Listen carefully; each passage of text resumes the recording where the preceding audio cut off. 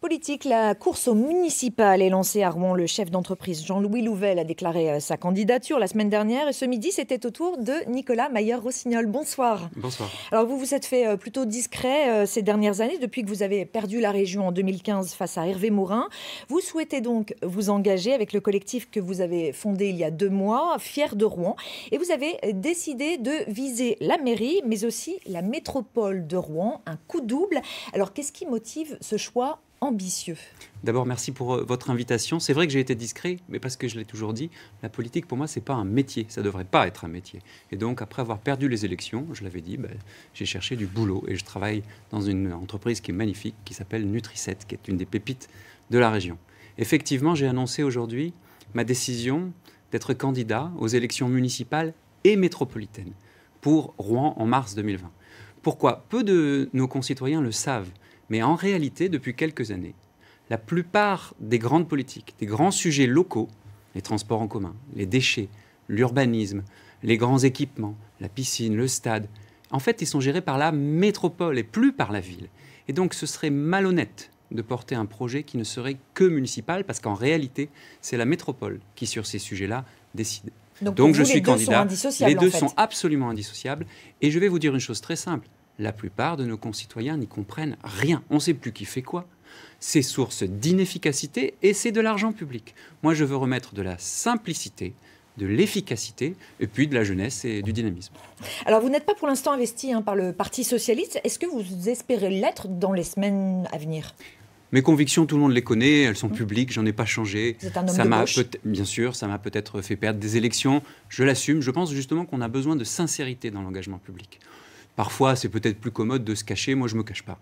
Mais en même temps, quand vous portez un projet sur un territoire, et je l'ai vécu quand j'étais président de région, vous devez travailler avec tout le monde. Il y a beaucoup d'habitants à Rouen. Ils ne sont pas tous à gauche ou à droite. Certains ne sont même pas politisés. Mais ils attendent qu'on défende l'intérêt général. Donc moi, je suis là pour apporter ma jeunesse, mon énergie et ma capacité à rassembler. C'est le sens du collectif Fiers de Rouen. Nous sommes plus de 2000 aujourd'hui. Ce n'est pas des militants politiques, c'est des entrepreneurs, ce sont des professeurs, des sportifs, des étudiants, bref, des citoyens de Rouen qui ont Rouen au cœur.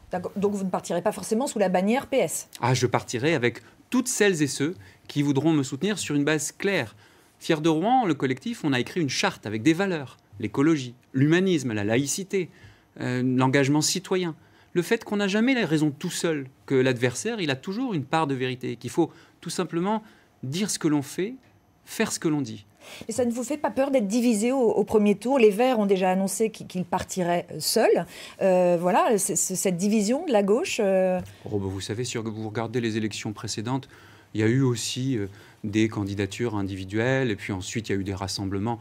On verra bien, vous savez, l'élection, c'est dans 7 mois. Regardez tout ce qui s'est passé ces 7 derniers mois. Les gilets jaunes, le grand débat, les élections européennes. Qui aurait pu prédire, certainement pas moi, ce qui s'est passé? On verra bien. Moi, j'avance sur une base claire, une charte, des valeurs, un projet. Alors, quelles sont vos ambitions, très vite, pour la ville de Rouen et la métropole de Rouen? La ville a été transformée. On le voit bien en 10 ans avec Valérie Fournéron et Yvon Robert. Moi, je veux lui faire franchir une nouvelle étape. Un peu comme Martin Luther King, moi, j'ai un rêve.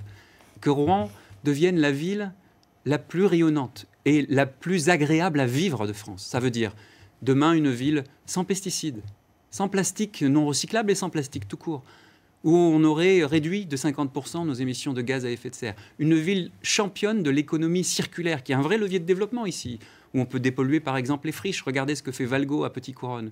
Une ville aussi où on aura arrêté les publicités où les photos sont retouchées pour les femmes et les hommes. Une ville où on aura éradiqué, on n'en parle jamais, la précarité menstruelle. Parce que vous savez qu'ici, il y a des femmes, des étudiantes, des SDF, des femmes modestes, qui doivent parfois choisir entre manger et rester propre. Voilà, un nouveau mode de société, une référence pour le 21e siècle. Je pense qu'on aura largement l'occasion d'en reparler avec vous. Merci beaucoup, Monsieur Mayer-Rossignol, d'avoir accepté notre invitation ce soir.